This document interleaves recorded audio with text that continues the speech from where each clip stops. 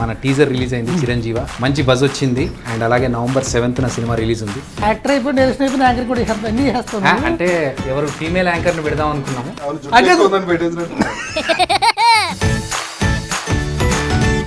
ఉయ్యాల జంపాల తర్వాత మళ్ళీ మీరు ఇద్దరు కలిసి కాంబినేషన్ లో కానీ అంబులెన్స్ నడిపారు అన్న. అవునా? మొత్తం ఆయనే నడిపారు. అంటే అంబులెన్స్ బాగా నడుపుతారు, మామూలు గారు అయితే. నేను చిన్నప్పటి నుంచి సార్ డబ్బింగ్ ఎప్పుడు నాది నేనే నవ్వుకున్నా సార్. మీ యాక్టింగ్ మీరు నవ్వుకున్నారు. ఇప్పుడు నవ్వుతుంది. నా డౌట్ జనం నవ్వరు. టైటిల్ బాగుంది, టైటిల్ లోగో కూడా నాకు ఫస్ట్ యాక్షన్ గురించి చెప్పే టైట్లు లోగో 20% క్రియేటివిటీ, 80% మేనేజ్మెంట్. చాలా మేనేజ్ బాగా చేసి మీరు పక్క కూర్చున్నప్పుడు నర్వస్ ఉంది సార్ యాక్చువల్గా. కాదు, ఈయన ఏదో ప్రిపేర్ ఇచ్చారు చెప్పండి. ఈ కాలు కొద్దిగా ఆపరేషన్ అయింది సార్, కొద్దిగా లెగ్ అయింది. నేనే మెయిన్ మీరే విలన్ అన్న, మెయిన్ విలన్ మీరే. ఎవడక్క చెప్పలేదు అన్న మర్చిపోయారా మీరు? తర్వాత 200 కథలు కానీ యాక్చువల్లీ గుర్తుంటాయి, నచ్చినవి గుర్తుంటాయి. రాజా గారు, రాజ్ తరుణ్ గారు, మన టీజర్ రిలీజ్ అయింది చిరంజీవ, మంచి బజ్ వచ్చింది. అండ్ అలాగే November 7th సినిమా రిలీజ్ ఉంది. మీరు టీజర్ చూసి మీకు అంటే ఏంటి ఇప్పుడు యాక్టర్ అయిపోయి డైరెక్షన్ అయిపోయి యాంకర్ కూడా అన్ని చేస్తాను. అంటే all in one female anchor ని పెడదాం అనుకున్నాము. ఫీమేల్స్ కంటే నువ్వు అందంగా ఉన్నావు బాబోయ్ అంత లేదు, అంటే నేను ఫీమేల్ లాగా చూసారా సార్ ఎప్పుడు కూడా. పెట్టేసినట్టు. మెయిల్ అయితే కొద్దిగా మెయిల్ చేస్తారని చెప్పి మనమే ఉన్నాం. ఎవ్వడు పట్టించుకోలేదు. ఈ సినిమాలో నటిస్తున్నప్పుడు ఎలా అనిపించింది అన్న? అంటే నా గురించి గొప్పగా చెప్పమని, సినిమా గురించి మీరు ఎలాగో చెప్పరు నాకు తెలుసు. మీ ఐడియా బాగుండింది, డిఫరెంట్ గా ఉంది. కథ చెప్పినప్పుడు అనిపించింది. ఇంతవరకు ఆ కాన్సెప్ట్ లో రాలేదు కదా. తను లైఫ్ ఇంకా ఎంతకాలం ఉందన్నదే హీరో కనిపించడం కొత్త కాన్సెప్ట్. సినిమా కూడా బాగా డీల్ చేశారు అన్న దగ్గర ఈ సినిమా డీల్ చేశాను అంటాం. రీజన్ ఏంటంటే 24 గ్రాఫ్ట్స్ తో పాటు 25th గ్రాఫ్ట్ కూడా డీల్ చేశారు. అందుకే వద్దు ఆయన అడగొద్దు అన్నారు, మళ్ళీ నాకు గెలక్క అంటే ఏంటి సార్ అది? వద్దు రాజు గారు ఎందుకండి. ఆయనకి అర్థమైంది సార్. నేను ఎన్నో ఏళ్ళ నుంచి సినిమా ఇండస్ట్రీలో ఉన్నాను. నాకు పెద్దగా గొప్పగా ఎప్పుడే పేరు రాలేదు. తిరుగుతున్నా అన్ని సినిమాలు. జబర్దస్త్ వల్ల గడ్డం నవీన్ బయటపడ్డాడు. అక్కడ అదిరైపోయిన బయటికి తీసుకొచ్చాడు గడ్డం నవీన్ అని. ఇప్పుడు మళ్ళీ సినిమా అంతే, నేను మిమ్మల్ని తీసుకురావడం తప్ప మీరు ఎవరు నన్ను తీసుకురావడానికి ట్రై లేదన్న. ఈ సినిమా ప్రమోషన్లో మొత్తం నా భుజస్కంధాలపై మోసుకెళ్తే వెళ్తున్నాను నేను. మీరు ఇప్పుడు అక్కడ డైరెక్టర్ ఇచ్చిన సీన్ లో చెబితే బాగానే ఉంటుంది. దాని ఇందాక మెయిల్ చేస్తారు. ఉయ్యాల జంపాల తర్వాత మళ్ళీ మీరు ఇద్దరు కలిసి కాంబినేషన్ లో చేయడం చాలా రోజుల తర్వాత, ఇయర్స్. రాజా గారితో చేశాను విత్ కిరీటి. కరెక్ట్ జంపల్లో నేను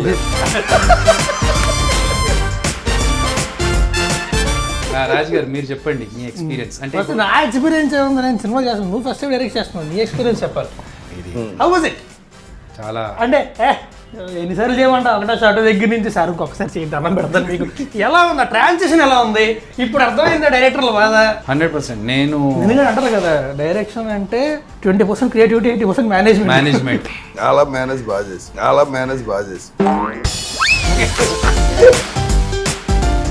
23 సంవత్సరాలు చేసిన యాక్టింగ్లో ఎప్పుడూ ఇంత కష్టపడ్డది లేదు. ఈ సినిమా కోసం ఒక డైరెక్టర్గా అంటే అన్ని పనులు అన్ని దాని మీద. అంటే డైరెక్టర్ అంటే అసలు 24 క్రాఫ్ట్స్ ని అందరినీ డీల్ చేయాలి కదా. డీల్ చేయాలి, ప్లస్ టైమింగ్ ఉంటుంది. ఈ ఆర్టిస్ట్ వెళ్ళిపోవాలంటాడు, డేట్స్ లేవంటారు, అది అంటే చాలా ఉంటాయి టెన్షన్. డైరెక్టర్ అంటే అసలు అంత ఈజీ. అది కాక ఏంటంటే మొత్తం బ్లాకింగ్ అంతా చేసుకున్న తర్వాత ఆర్టిస్ట్ కో క్రియేటివిటీ ఉంటుంది.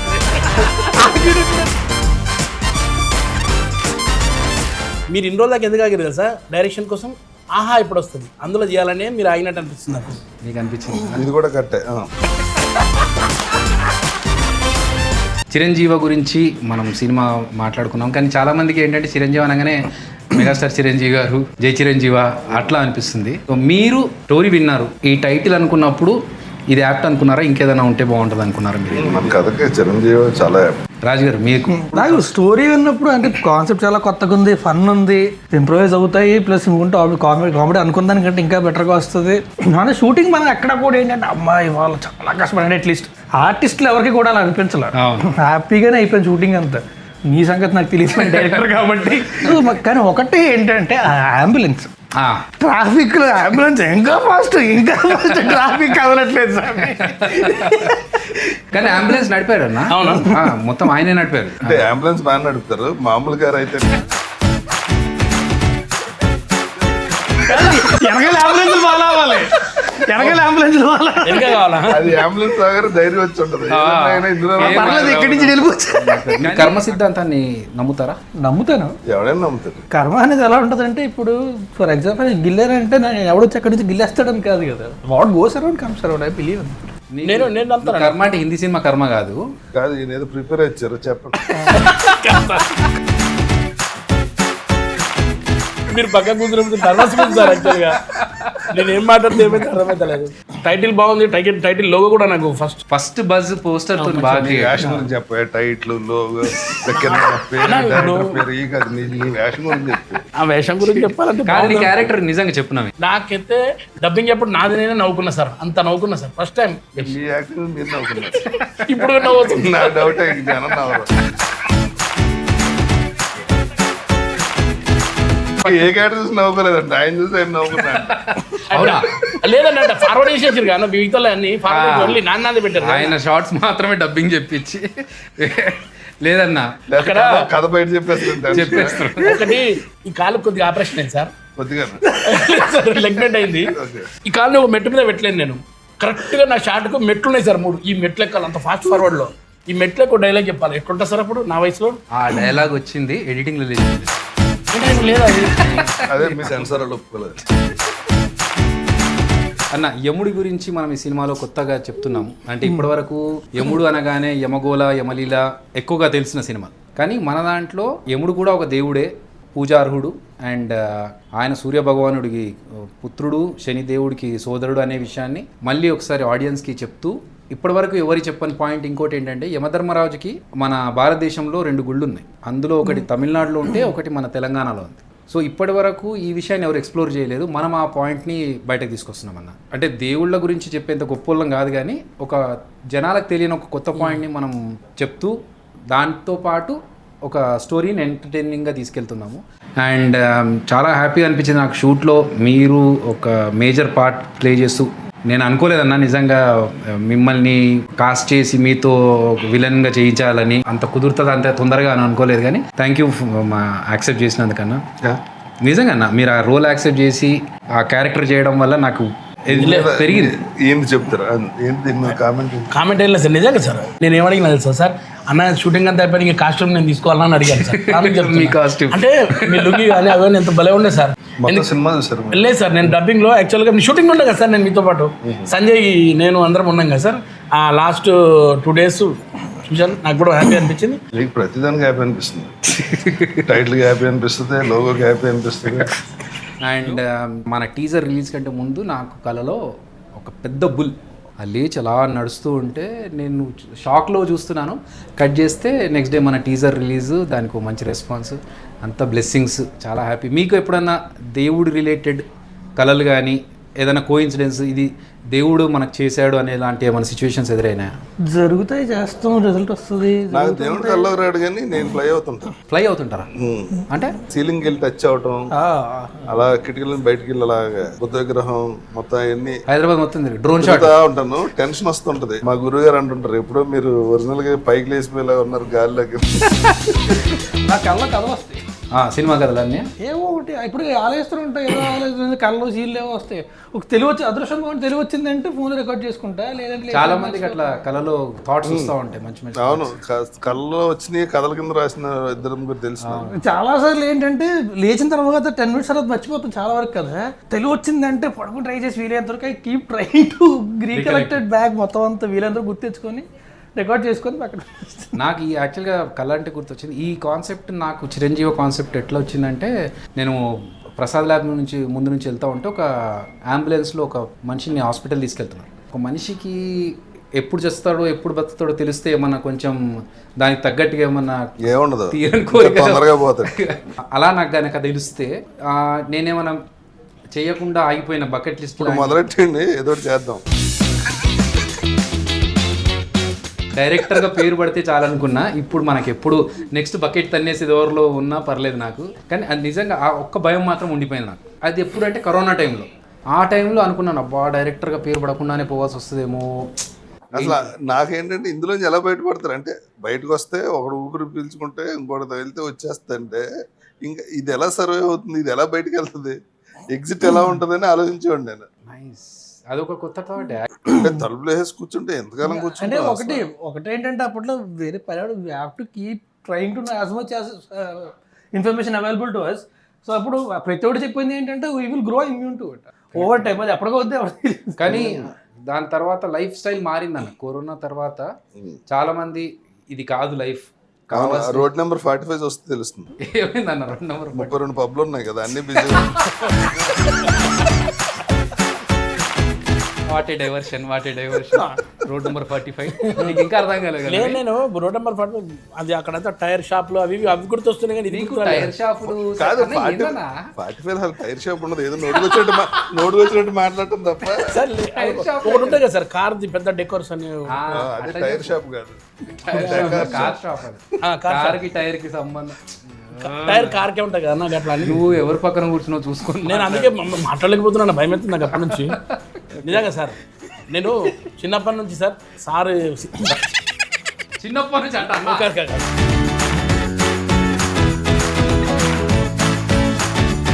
ఇప్పటి నుంచి నేను ఎన్ని మీకు చూస్తున్నా సార్. నేను ఇందాక కూడా మీతో షేర్ చేసుకుని 3 ముక్కలాట సినిమా చేసినప్పుడు కూడా మీరు అప్పుడు ఎంత స్మార్ట్ అని ఇప్పుడు అట్లా ఉన్నారు సార్. అసలు ఇంత కూడా మాత్రం అస్సలు లేవు. నీ చిన్నప్పుడు అన్నప్పుడు దొబ్బింది ఇంకా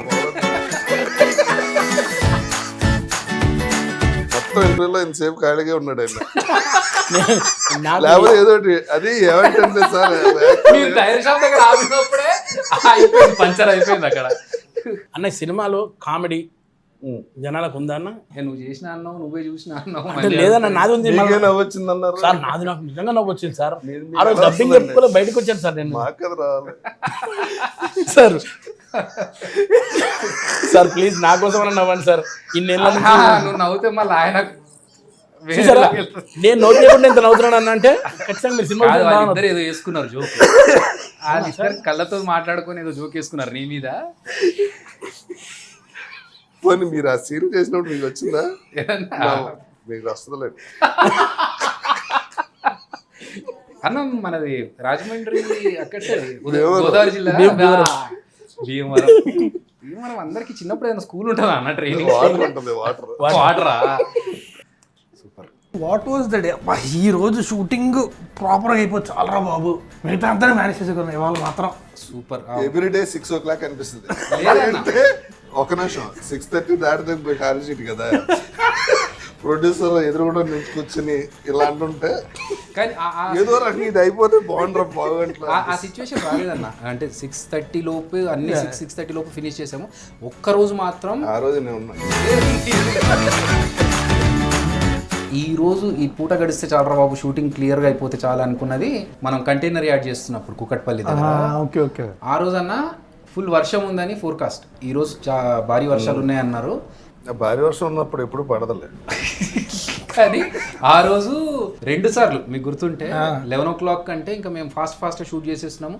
11 o'clock అనుకున్నాం, పడలేదు. మళ్ళీ రాజు వచ్చి 1 గంట కానీ వచ్చింది బ్రో మెసేజ్ ఇప్పుడే, 1 గంట కల్లా ఖచ్చితంగా పడుతుంది అంటే పడొద్దు అనుకుని మొక్కుకొని చేసాము.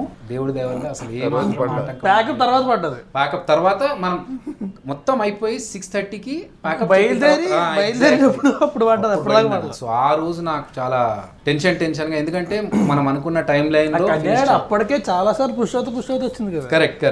అది ఒకరోజు చేద్దాం అనుకున్నాం, అప్పుడు అవ్వలేదు, కుదరలేదు. అప్పుడు ఆ రోజు చేయడం, సో ఇంకో రోజు చేద్దాంలే అని చెప్పి పుష్ 2-3 సార్లు పుష్ అయిన తర్వాత కథ అంతా రాసు. హీరోకి పైన మీటర్లు కనబడతాయి, పక్క వాళ్ళ ఆయుష్ తెలుస్తుంది, అంతా ఓకే. అక్కడి నుంచి ఫన్ అవని కాన్ఫ్లిక్ట్స్ చాలా ఉంటాయి, చాలా థ్రెడ్లు ఉంటాయి, అన్నీ ఉంటాయి. బట్ మెయిన్ థాట్ నీకు ఎక్కడి నుంచి వచ్చింది?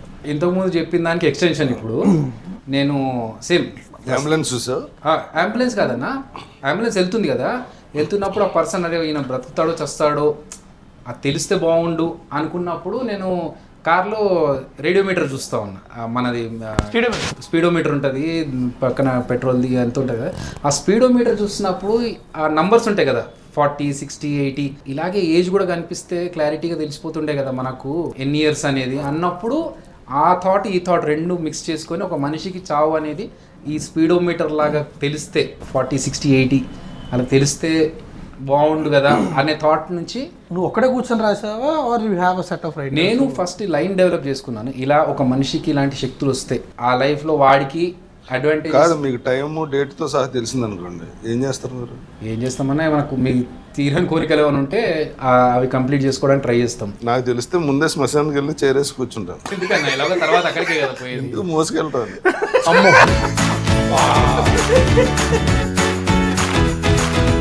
ఒక స్టేజ్కి వచ్చిన తర్వాత ఇంకా చాలే మన కోసం మనం బతకాల్సింది బతికేసాం అన్నప్పుడు ఇంకొక ఏదన్నా సోషల్ సర్వీస్ చేయడమనో లేకపోతే యానిమల్స్ని చూసుకోవాలనుకోనో ఇట్లాంటి కొన్ని ఉంటాయి. అదొకటి ఉందన్న, షెల్టర్ లాగా పెట్టేసి స్ట్రే డాగ్స్కి యానిమల్స్కి అట్లాంటి వాటికి. మీ సంగతి? రాజకీయాలు వెళ్ళిపోవాలి,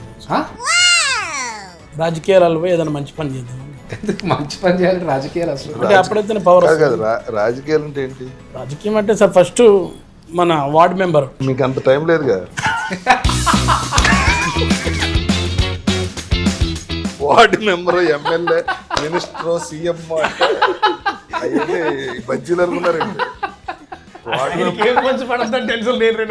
కాదు, వార్డు మెంబర్ అంటేనే ఎక్కువ. అసలు ఐడియా కూడా లేదు దీనికి రాజకీయం అంటే. లేదు సార్, ఇప్పుడు పవర్ కావాలంటే అది రాజకీయం లేదు కరెక్ట్గా ఉంటుందని నేను అనుకుంటున్నాను. పవర్ కావాలంటే జనరేటర్ కొనుక్కోండి. మీకు పవర్ ఎందుకు? ఏదో చెప్పకండి సార్, సీరియస్. ఇప్పుడు సీరియస్ చెప్తా సార్, చాలా సీరియస్. ఇప్పుడు మన సినిమాలో హీరోకి మీటర్ కనిపిస్తుంది కదా, నీకు అలా మీటర్ కనిపించే పవర్ వస్తే నువ్వేం చేస్తావు? ఫస్ట్ గడ్డగించుకుంటాను. హీరో గారు ఏం చేస్తున్న పనులు అవే నేను కూడా చేస్తే బాగుంటుందేమో అనిపించింది నాకు కూడా. ఏం చేశాడండి? అయ్యో పైసలు వసూలు రాత్రి అమ్మ చెప్తే మళ్ళీ మొత్తం స్టోరీ రివీల్ అవుతుంది కదా సార్. అంత మీరు రివీల్, మీకు వాళ్ళకి అర్థం తెలియదని అర్థమైంది. లేదు సార్, తెలుసు సార్. ఒక పని ఏం చేశాడు చెప్పండి. వదిలే, నీకు అర్థమైంది, అర్థమైంది. ఇంకో వదిలే, సినిమాలో చూస్తే ఓకే. లేదు సార్, ఏదైనా అన్న ఆ మేజర్ సీన్ లో ఉంటాడన్నా. తెలీదు.